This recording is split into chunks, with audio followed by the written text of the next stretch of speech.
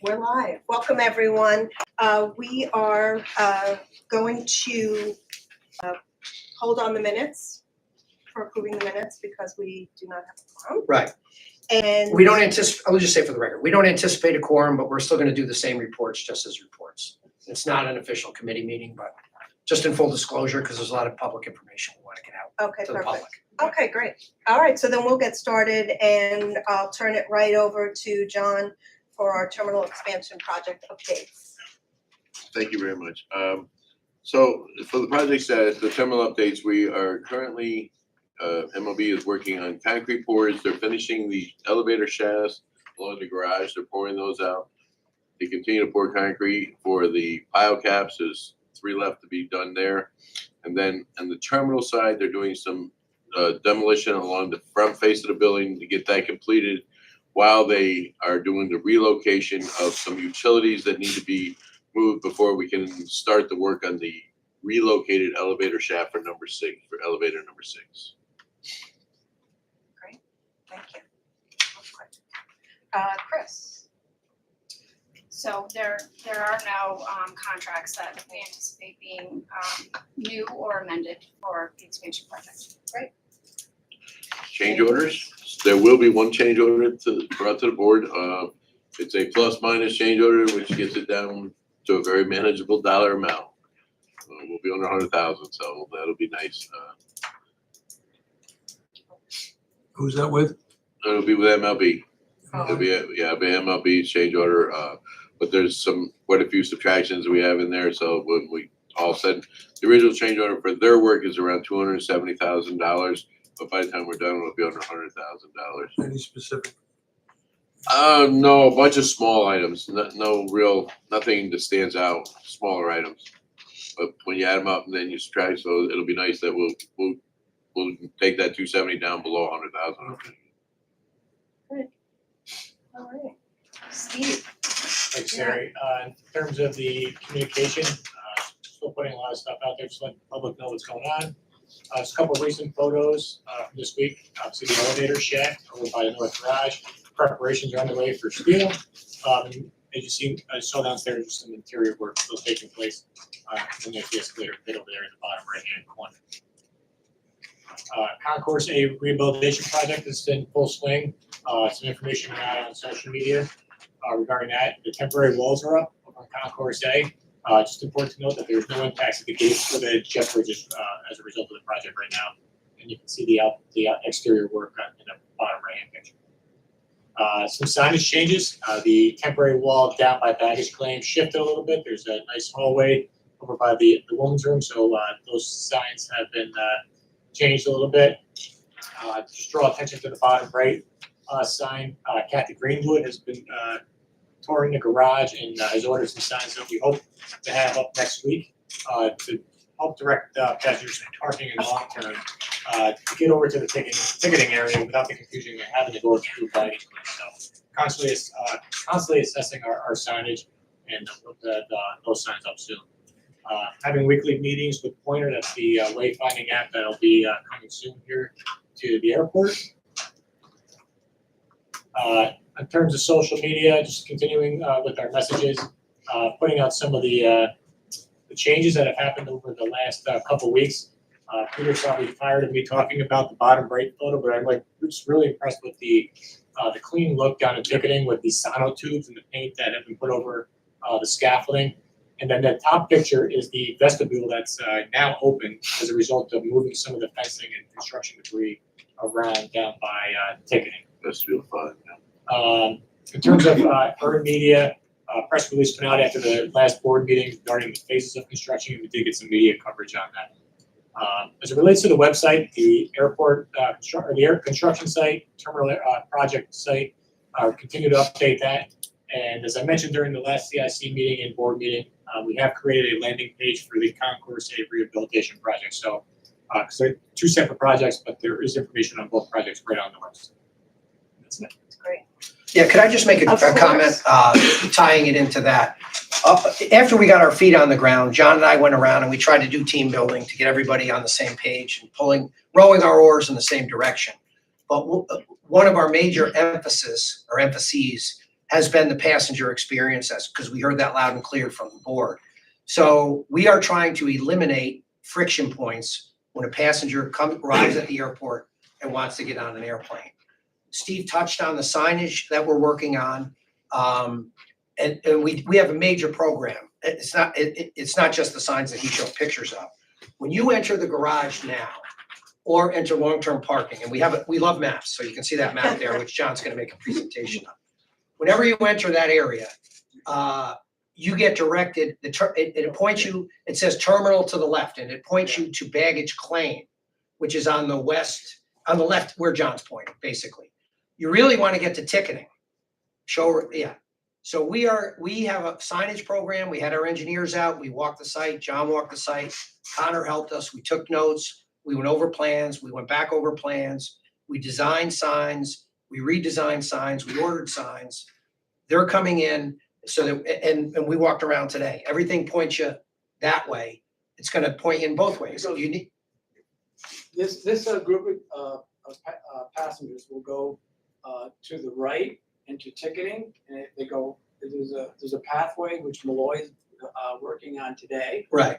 Repaving a pathway to come into the terminal ticketing side in this direction, and then through, if you're in the garage or out in this direction, you'll be directed in through this zone right here. That crosswalk right there, with very clear signs, and the signs extend up to all 5 levels of the garage, so that wherever you are, you're either directed to an elevator, to meet an elevator, or a stair tower to gain access to the lowest level, and then a crossing guard will guide you across the lanes of traffic and into the baggage claim area.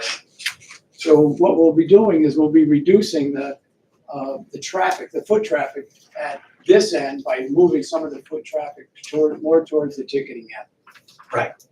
Now, the garage Sean was pointing to, I'll just point this out, it's called our north garage. I just want to point out the south, the south garage is our new garage there. Everybody, I didn't even know the terminology when I first came back here 5 or 6 weeks ago. But everybody, and even when my wife and I traveled, you want to get into that garage because it's right there. You can see it, the signage, it's all brand new.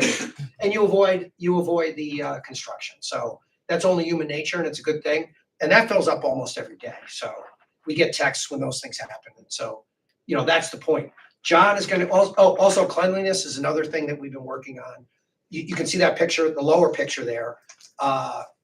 We put in those sono tubes to make it a more pleasant environment. We painted it. They're only cardboard, but they actually did a real good job. We've cleaned up the sidewalk out front, which is the top picture. We've opened up another one of those vestibules. And that's going to blend in nicely when John gives his. Do you want to give your presentation now? I mean, I don't know where you are on the agenda. Let me add to yours. Yeah.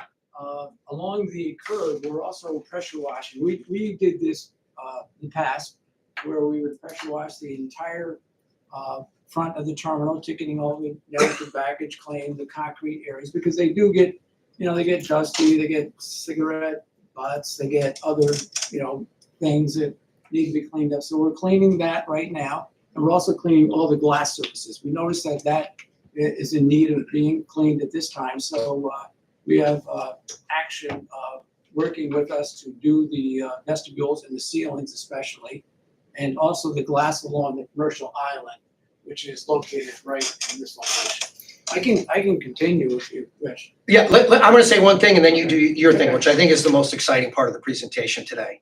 And I could do it, but John will do it so much better because we've been living and breathing it. Is we're having a press event, right, Steve? Coming up, is that set in stone or? Well, I haven't the date yet, but it'll be sometime week of the 21st. So we can point all these things out to the press. So yeah, it'll be the week, hopefully the week of the 21st.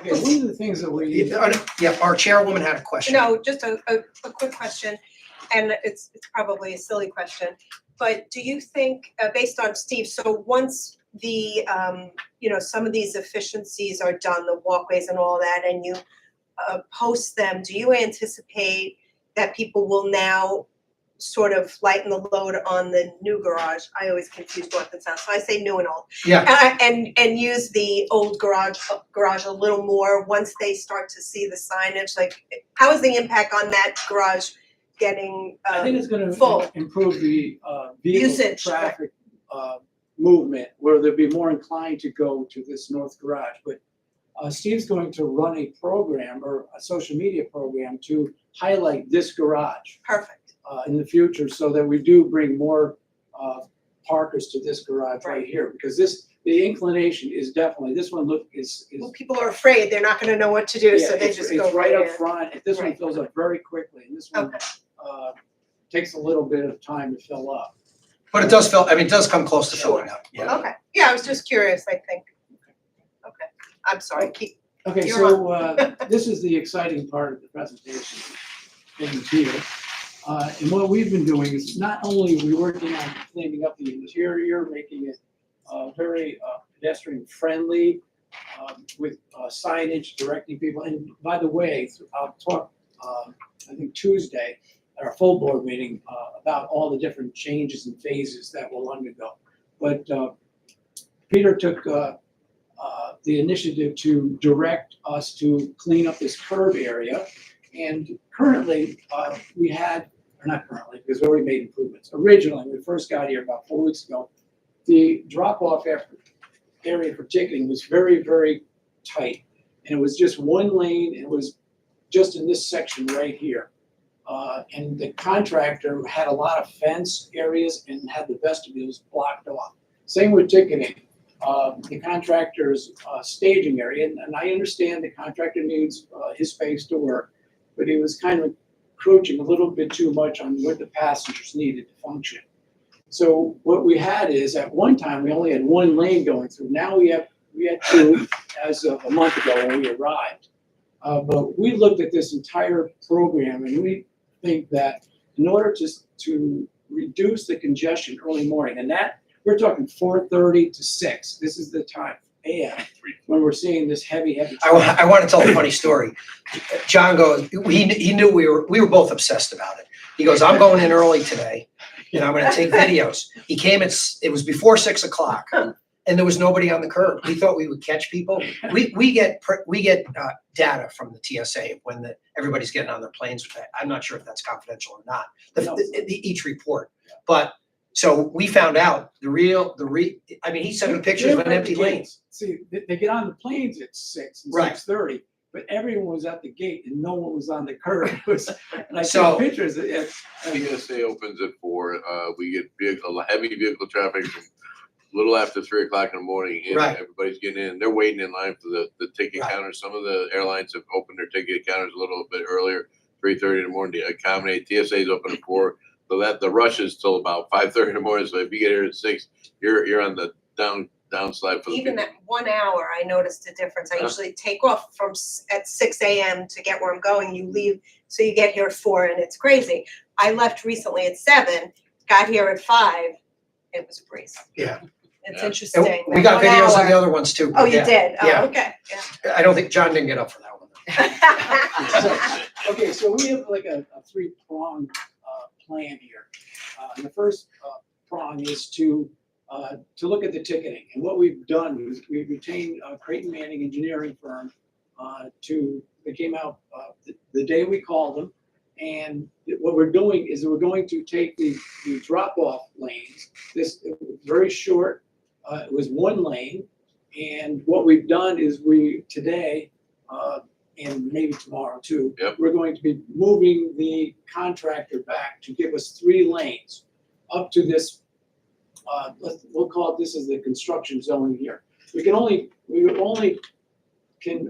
contractor can afford, due to pilings and other work that has to be done in here, he's only gonna give us access to 2 lanes, right in the center of the building. But we're going to be moving the barricades back right in front of ticketing, that 3 lanes, which means what we will maintain from the intersection, the signal, 1 through lane, that'll be the left lane, all the way through to the front, all the way down through baggage claim and exit. So there'll always be that left lane, that'll be the driving lane, that will always be open. And then we're going to have 2 drop-off lanes directly in front of the ticketing. What Creighton Manning is going to do is they're going to pave or utilize concrete. I think it's going to be pavement. I think we're going to settle on pavement. We're going to do an asphalt walk from this location down to about right here. This is already concrete down through here. And this is going to be a drop-off lane, so that when we get these, I think it's about 1,000 passengers we get in an hour and a half. So those people will have 2 lanes up to this point, about right here, and then there'll be 1 lane. So this traffic does stop, because even though we tried to give that left-hand lane, it just slows down so much that it sort of stops. So these people will naturally now stop with signage encouraging that this is the drop-off zone. So we're extending this zone probably a factor of 3, 3 times what we currently have, to go down this entire length of the garage. And if you observe it when you're driving in, you'll see that it looks pretty accommodating, but there's no pavement, there's no signage to encourage you to stop, pull right over right there. You might have a little bit of a walk, but it's better than waiting and getting caught in some kind of traffic up here. So this is the ticketing side. And then the baggage claim side, the departure side, right, when we got here 4 weeks ago, this was all signage, no standing, no parking. And it's a very wide lane. It's not quite 3 lanes. You probably could get 3 lanes in there, but it's just shy of 3 lanes. But we feel very comfortable by keeping the left lane open as a driving lane and having 1 drop-off lane. And that width does kind of enhance the passenger's ability to open the car door without fear of getting, into some kind of trouble there. So we're extending this all the way, to about, 3/4 of the way to the garage. And we're going to encourage with signage, and we already have light stands out there. It was paved years ago, so the pavement's there. We're gonna change the signage, and the crossing guards are going to encourage that people continue on and drive down here versus trying to restrict that. So that's a change of our policy. And the last thing that we're doing is, this was the commercial lane right in this location to the left. And you might recall that was where all the taxis staged. And what we're going to do now is we're going to open this up, and we're going to have signage that as you're proceeding down this 2-lane access road here, if you go left, that will be for shuttles. That's going to be for limousines. That's going to be for Park and Fly and hotel shuttles and our E-Lot shuttle van. And they're going to go to the left on this lane. So this is all going to be for passengers to the right. So I think that's going to be a very significant improvement to keep the traffic moving and give us more access for the arrivals, dropping off, to ticketing, and to when you're picking this. See, it's the airport way it works. I mean, you know how it works. I'm repeating what you already know, but in the ticketing, everyone tries to get right here. No one's down here. People don't drive down here. They all try to stop here, and that's why the crossing guard security people to keep the traffic moving. So they don't stop in this lane. And then in the evening, this fills up from here down, very congested, and there's very few people up in here. So this is going to give access, long lane drop-off areas and pickup areas. We think it's going to greatly improve those zones. So that's what we're working on. This work, the Creighton Manning work, is probably going to be a couple weeks. We're going to issue an emergency contract to do that paving to get this working quickly. I can't say if it's going to be over 50,000 or not. We don't know, but definitely we'll bring it to the board following our procurement policies and how to do emergencies, so you're fully aware of what we're doing. And this work this is going to be done probably within a week. We just have to stripe it, and this lane is going to open up within a day or 2. So we'll be in good shape in short order to make these changes. Wow, very impressive. Thank you. Any questions? Okay. Ready to go. Thank you, John. Thank you, John. Okay, John L. Yeah, Terminal okay. A. Terminal A. So, as you saw Steve's pictures, they have removed all the pavement that needs to be removed out in the airfield. They're currently placing they did under drain work, now they're placing the sub-base material, which is called P209. They're putting that in, getting that ready. Then the next thing will be they have to pave the bottom, and then they'll be getting ready to put the concrete hard stand in. They're hoping to have, they expect to have that in before winter, so that'll be good. The jet bridges are ordered, the 2 new jet bridges, they're ordered, they're in production. And then inside, the temporary walls are up, and AOW has gotten into certain areas. They're starting to rip out the existing walls they need to get to make the steel connections for the infill in front of the escalators. That's the push right now, is to get to that point. Awesome, thank you. So we'll run through our capital projects. John, you're always up. There you go, you're up on the list. It's all It's all good. it's all good. So Take the us through the list. yeah, so the terminal elevator replacement. I talked to Kone yesterday that they're expecting a delivery date sometime in early November, which means we would just have to change the sequence. So the ones we'll do first, I'll do 11 first, which is over in C Concourse, which won't affect anybody. The only one most people that use that are either airport employees or cleaners or Southwest people. There are other access points. There's 2 sets of stairs close by, so that won't. We can do that to not affect holiday traffic. So that's where, and then we'll jump to B Concourse. We'll do 9 and 10 through B Concourse. So that should be moving forward, starting probably late November, early December. We'll get that going. So we'll do that one because it doesn't bother anybody. Air traffic control tower. So that one there right now is on hold. The last pieces of equipment were shipped today that they need. They're hoping to get them in hand early next week, and then they'll be done by the end of October with its air handler 3. It was in worse shape than we anticipated. They ended up having to order quite a few more parts than were anticipated in that. And that will be a change order that I'll be bringing to the board for the board meeting. So that's one you will have. Oh, for next week. Correct. Okay. Runway 119 in the South Perimeter Road update. We just had our monthly meeting with the FAA. We're still on board with financing and all that.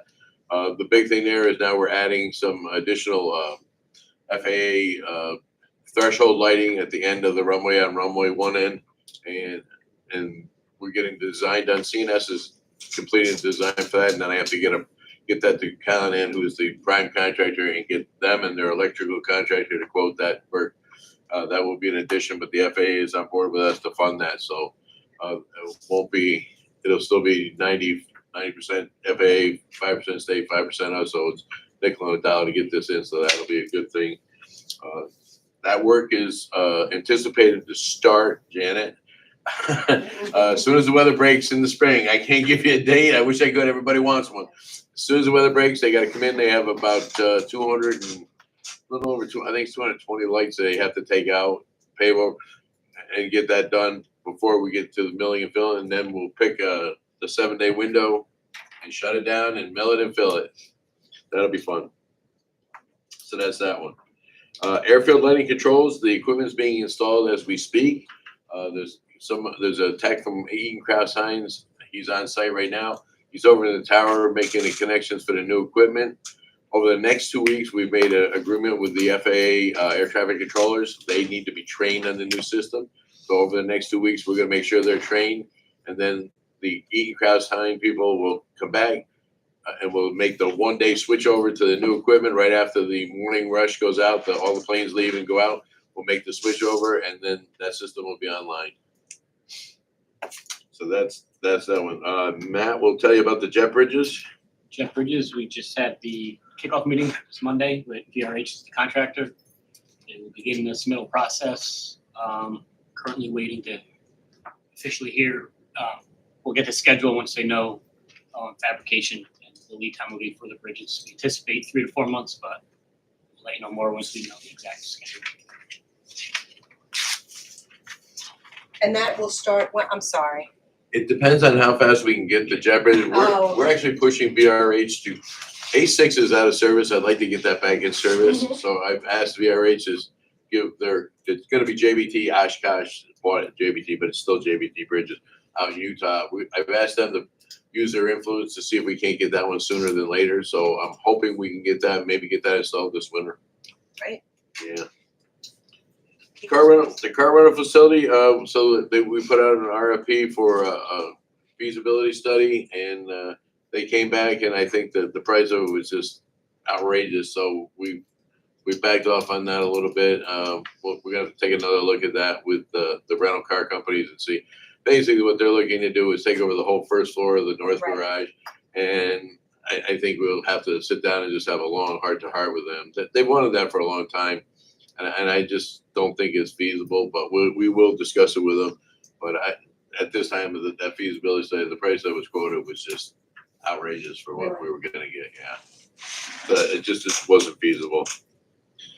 Mauser lights, we're still on board for 2026. Yep, at the very latest. At the very latest for that one. So what the work we're doing as part of the runway 119 job with the threshold bar is a piece of that. So we get a head start on that. And then the lights are the ones that you see all the way across the road, stand on the trees there, like the bullwinkles there. So that'll be happening at 2026 at the latest. But we have made the offer that if some other airport can't meet their deadlines, we jump on and take it. And then the last one, I'll let Matt tell you about the transformer project. Transformer project over Building 79. Still coordinating with National Grid. Currently, we're waiting on their final plans and their cost analysis. And Connor's working for funding on that, so depending on funding, Yes, will we did. depend on when we Yep. can actually go to construction. We did place our fiscal year 24 Bill ATP program application. We placed that back in July. Hopefully if they're on the schedule that they promised us, we'll have a decision by the end of the month if we did receive funds or not for that. If we did, we'll have to wait until the grant is executed to start construction. If we did not, we'll be able to expedite the project to start hopefully by early next year. So. That's great, thank you. Connor, Hello. any updates to our planning? Yes, so for the master plan, as you all know, we did finalize that document with both the FAA and New York State DOT. I want to propose that we bring that to the full board meeting next week for formal adoption by the board, and also with Pete's recommendation. So that's something that we'll be bringing next week. Also, if it's still applicable, CHA has offered to come back and do a 5-minute recap of the presentation, reviewing of what the basic findings were at a high level, and also what the master plan can be utilized for next, moving forward. So we'll also have them join if that's something that's desired. I think that's a good idea. Great. Yeah. Okay, anything on the NYSERDA? NYSERDA, we're still working through the geothermal design. Matt and I have been pretty on top of them getting through that design. We're currently at 30%. When you're done.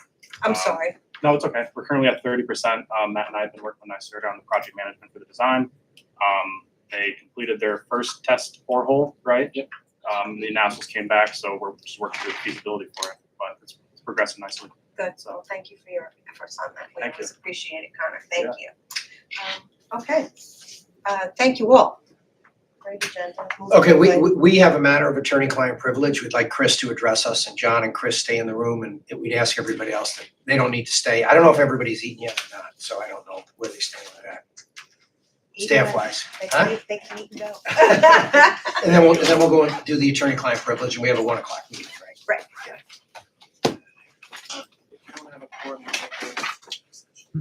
It's not executive session. Our attorneys are gonna address us on the matter of attorney-client privilege. That's all I'm saying. It's not executive session.